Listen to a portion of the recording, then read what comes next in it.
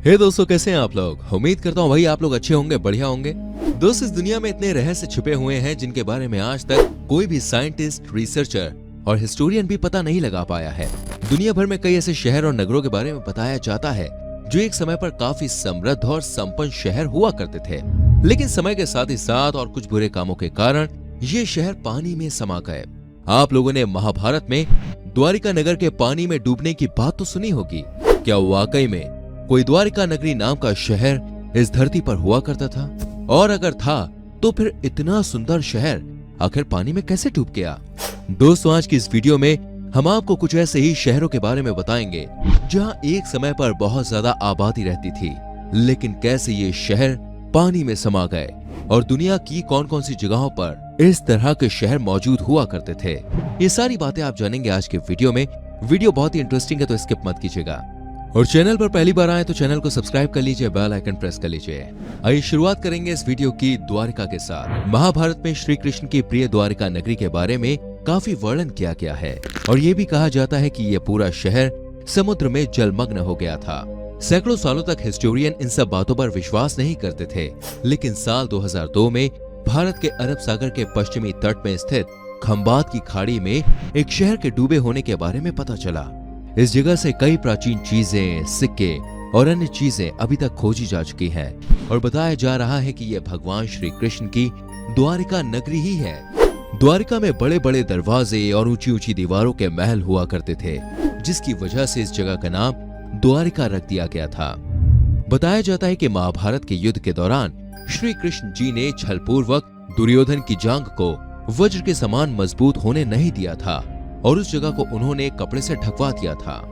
ये बात जब भीम को पता चली तो उन्होंने दुर्योधन की जांघ पर प्रहार किया, जिससे दुर्योधन की मृत्यु हो जाती है। इसके बाद कौरवों की मां गंधारी ने कृष्ण जी को श्राप दिया कि जिस तरह छलपूर्वक कौरव वंश का नाश हुआ है, उसी प्रकार यादवों की नगरी द्वारिका का भी सर्वनाश होगा। ये श्राप मिलते ही कृष्ण जी ने अर्जुन को आदेश दिया कि वो जल्द से जल्द द्वारिका नगरी खाली करा दें। वहीं दूसरी ओर कृष्ण जी के बेटे श्याम ने महर्षि दुर्वासा के साथ एक गर्भवती स्त्री बनकर मजाक किया था। जब ये बात दुर्वासा को पता चली तो वो बहुत ही ज्यादा क्रोधित हो गए और उन्होंने भी श्राप दिया कि कृष्ण और बलराम को छोड़कर पूरे यादव वंश का नाश हो जाएगा। अरब सागर से कुछ अवशेषों के मिलने के बाद कहा जा रहा है कि ये नगरी 9,500 साल प्राचीन हो सकती है। पोर्ट रॉयल जमैका के साउथ ईस्ट एंड पर यह खूबसूरत शहर हुआ करता था। इस शहर की स्थापना स्पेनिश लोगों के द्वारा सन 1494 में की गई थी, लेकिन 17वीं शताब्दी तक इस शहर पर हर जगह डाकुओं और बुरे लोगों का राज होना शुरू हो गया था और यहाँ पर दुनिया भर के लुटेरे अपना लूटा हुआ सामान छुपा कर रखते थे। बताया जाता है कि यहाँ पर चोरी और लूट का सामान इतना ज्यादा हो गया था कि एक समय पर यहाँ की सड़कों पर भी सोना चांदी बिखरा रहता था। ये शहर वेश्यावृत्ति और अपनी शराब के लिए पूरी दुनिया में बदनाम था। लुटेरों के लिए जन्नत बन चुके इस शहर में हर जगह गलत काम शुरू हो गए थे। 1665 में मशहूर डाकू हेनरी मॉर्गन ने इस शहर पर कब्जा कर लिया, जिसके बाद यहाँ पापियों का आतंक और भी ज्यादा बढ़ गया। सन 1962 में एक दिन भूकंप आया और समंदर में बहुत ऊंची ऊंची लहरें उठने लगी, जिसमें ये शहर पूरी तरह से समुद्र में समा गया। उस समय इस शहर में 2000 घर, 4 महल और हजारों की संख्या में लोग रहा करते थे। सभी लोग देखते ही देखते पानी की चपेट में आ गए और हजारों लोगों की मौत हो गई। आज भी ये शहर पानी में 40 फीट की गहराई पर मौजूद है। तब से लेकर आज तक कई बार इस आइलैंड पर इस शहर को दोबारा बसाने की कोशिश की जा चुकी है, लेकिन हर बार पानी की लहरें इस शहर को अपने साथ बहा कर ले जाती हैं। आज इस शहर को देखने कई सैलानी आते हैं और जमैका में ये जगह फेमस टूरिस्ट डेस्टिनेशन बन चुकी है। अटलांटिस शहर के बारे में ग्रीक के महान फिलोसोफर और मैथमेटिशियन प्लेटो ने आज से लगभग 2300 साल पहले 360 बीसी में अपनी किताब में लिखा था।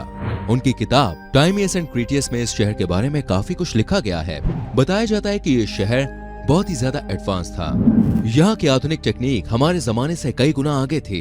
ये शहर धरती का सबसे सुखी और खुशहाल शहर हुआ करता था। इस शहर की सभी इमारतें सोने, चांदी और अन्य बेशकीमती रत्नों की बनी हुई थी। शहर के राजा समुद्र के देवता पोसाइडन हुआ करते थे। ये शहर इतना ज्यादा अमीर हुआ करता था कि इसकी तुलना देवलोक से की जाती थी, लेकिन एक दिन अचानक इस शहर को किसी की नजर लग गई।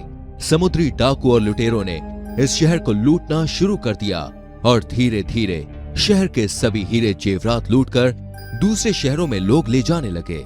यहाँ के लोग चाहते हुए भी कुछ नहीं कर पाए, क्योंकि वो हमेशा दूसरों की भलाई करने में यकीन रखते थे। शहर के मंदिर, पूजा घर, महल और इमारतों से लोगों ने सोना चांदी चुराना शुरू कर दिया। शहर पर बुरे लोगों ने कब्जा करना शुरू कर दिया और ये बात वहाँ के राजा पोसाइडन को बिल्कुल भी अच्छी नहीं लगी। वो अपने शहर को अपनी आंखों के सामने तबाह होते हुए देख नहीं सकते थे। इससे बचने के लिए पोसाइडन ने अपने ही शहर को श्राप दे दिया और ये पूरा शहर एक ही रात में समुद्र में समा गया। वहीं कुछ लोगों का मानना है दोस्तों कि ये शहर धरती के मैग्नेटिक पोल के शिफ्ट होने के कारण डूब गया था। ये शहर वास्तव में था या नहीं, इस बात पर लंबे समय से बहस चली आ रही है। कुछ हिस्टोरियंस का कहना है कि अटलांटिस नाम का कोई शहर था ही नहीं, ये सिर्फ प्लेटो की एक कल्पना का शहर था। लेकिन साल 2015 में अटलांटिक महासागर की गहराइयों में रिसर्चर्स को कुछ धातु मिले थे। ये धातु कॉपर, जिंक, आयरन और सिल्वर के बने हुए थे। प्लेटो ने अपनी किताब में जिक्र किया था कि अटलांटिस शहर के लोग भी इन्हीं धातुओं का व्यापार किया करते थे। ऐसे में अब अटलांटिस शहर के वास्तव में होने की खबरों पर लोगों को यकीन हो रहा है। अब तक इस शहर के ऊपर कई किताबें और डॉक्यूमेंट्रीज बन चुकी हैं, लेकिन सच क्या है ये आज भी एक रहस्य बना हुआ है। क्लियोपेट्रास किंगडम, ये शहर इजिप्ट के नजदीक बसा हुआ था, जो वहां की रानी क्लियोपेट्रा के कारण काफी प्रसिद्ध था। क्लियोपेट्रा के बारे में कई ऐसी बातें बताई जाती हैं दोस्तों, जिसको सुनकर विश्वास करना मुश्किल हो जाता है। बताया जाता है कि उन्हें शराब पीना काफी ज्यादा पसंद था और वो रोजाना नए नए लोग के साथ संबंध बनाने में विश्वास रखती थी। क्लियोपेट्रा दिखने में बहुत ही ज्यादा खूबसूरत थी और अपनी एक नजर से वो किसी को भी अपना दीवाना बना लिया करती थी। अपनी तरफ आकर्षित करने के बाद वो लोगों को मौत के घाट उतार दिया करती थी। खुद को सुंदर बनाए रखने के लिए वो अलग अलग जानवरों के दूध को मिलाकर उनसे नहाती थी। साथ ही वो देवी देवताओं की पूजा भी करती थी, जिससे उसे काफी शक्तियां प्राप्त थीं। क्लियोपेट्रा का शहर अपने समय से काफी ज्यादा आधुनिक था, जहाँ की टेक्नोलॉजी भी बेहद ही आधुनिक थी। इस शहर के लोगों का रहन सहन, पहनावा सब कुछ बेहतरीन था। आज से हजारों सालों पहले भी इस जगह पर पक्के मकान हुआ करते थे। जब यहाँ के अंतिम राजा को क्लियोपेट्रा के बारे में पता चला तो उन्होंने उसे बंदी बनाने का आदेश दे दिया। ये बात क्लियोपेट्रा को बिल्कुल पसंद नहीं आई और उन्होंने कहा कि किसी की कैदी बनने से अच्छा है मैं मर जाऊंगी। खुद को उन्होंने एक जहरीले सांप से टसवा लिया और मरने से पहले शहर को डूबने का श्राप दे दिया, जिसके बाद ये शहर पूरी तरह से पानी में डूब गया। साल 1998 में इस शहर के बारे में लोगों को पता चला, जब समुद्र में क्लियोपेट्रा अलेक्जेंडर की मूर्ति और अन्य कई कलाकृतियां मिली हैं। ये शहर लगभग 1600 साल पहले पानी में डूब गया था। वहीं रिसर्चर्स का ऐसा कहना है कि ये शहर सुनामी, भूकंप और जल स्तर के बढ़ने के कारण पानी में डूबा था। अगर आज ये शहर मौजूद होता तो यकीनन दुनिया के सबसे सुंदर शहरों में इसकी गिनती की जाती। एल डोराडो दोस्तों, साउथ अमेरिका में एक ऐसा शहर हुआ करता था जो पूरी तरह से सोने से बना हुआ था। इस शहर के सभी घर, महल, सड़कें सब कुछ सोने का था। 15वीं व 16वीं शताब्दी के दौरान कहीं से ये बात सामने आई कि साउथ अमेरिका में एल डोराडो नाम की एक जगह है, वहाँ सब कुछ सोने का है। ये खबर सभी जगह फैलने लगी, जिसके बाद इस शहर की खोज की जाने लगी। ये शहर अमेरिका में अज्ञात स्थान पर मौजूद था। कहा गया है कि एल डोराडो किसी शहर का नाम नहीं बल्कि वहाँ के मुखिया का नाम था। एल डोराडो का मतलब होता है एक ऐसा आदमी जिसके शरीर पर सोने की भस्म लगी हुई हो।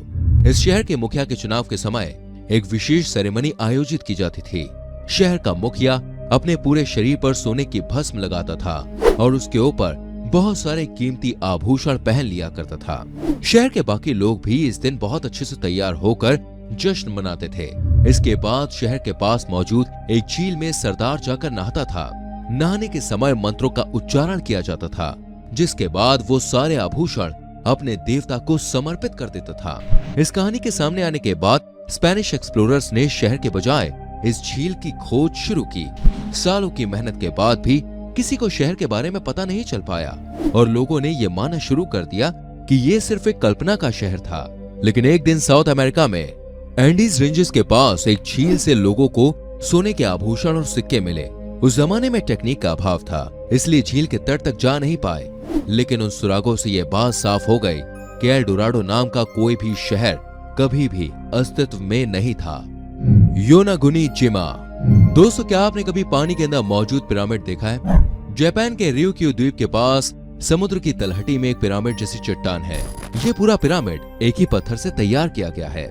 इस जगह को पहली बार 1986 में गोताखोर किहाचिरो एराटेक ने खोजा था। उन्होंने इस जगह पर कुछ खंडरों की खोज की थी।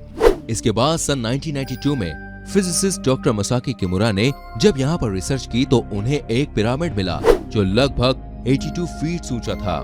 किमुरा की रिसर्च के अनुसार ये पिरामिड 8 से 10,000 साल पुराना हो सकता है। इस जगह पर किसी शहर के होने के सबूत भी मिलते हैं, लेकिन आज भी कई हिस्टोरियंस और रिसर्चर्स के बीच एक विवाद है कि ये योनागुनी पिरामिड प्राकृतिक है या फिर मानव निर्मित। इसकी बनावट, सीढ़ियां और आकार देखकर ये मानव निर्मित लगता है, लेकिन एक चट्टान का बना होने और पानी के नीचे मौजूद होने के कारण कुछ लोग इसे प्राकृतिक भी मानते हैं। आज ये जगह गोताखोरों के बीच काफी प्रसिद्ध है और लोग इस जगह पर स्कूबा डाइविंग का लुत्फ उठाते हैं। तो दोस्तों, ये थे दुनिया के कुछ ऐसे प्राचीन शहर जो समय के साथ पानी में समा गए। उम्मीद करते हैं आपको हमारी ये वीडियो जरूर पसंद आई होगी।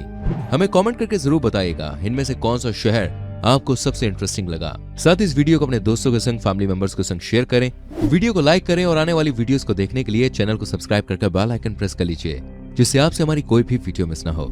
मिलते हैं आपसे अगली वीडियो में। चलते हैं, बाय बाय, टेक केयर।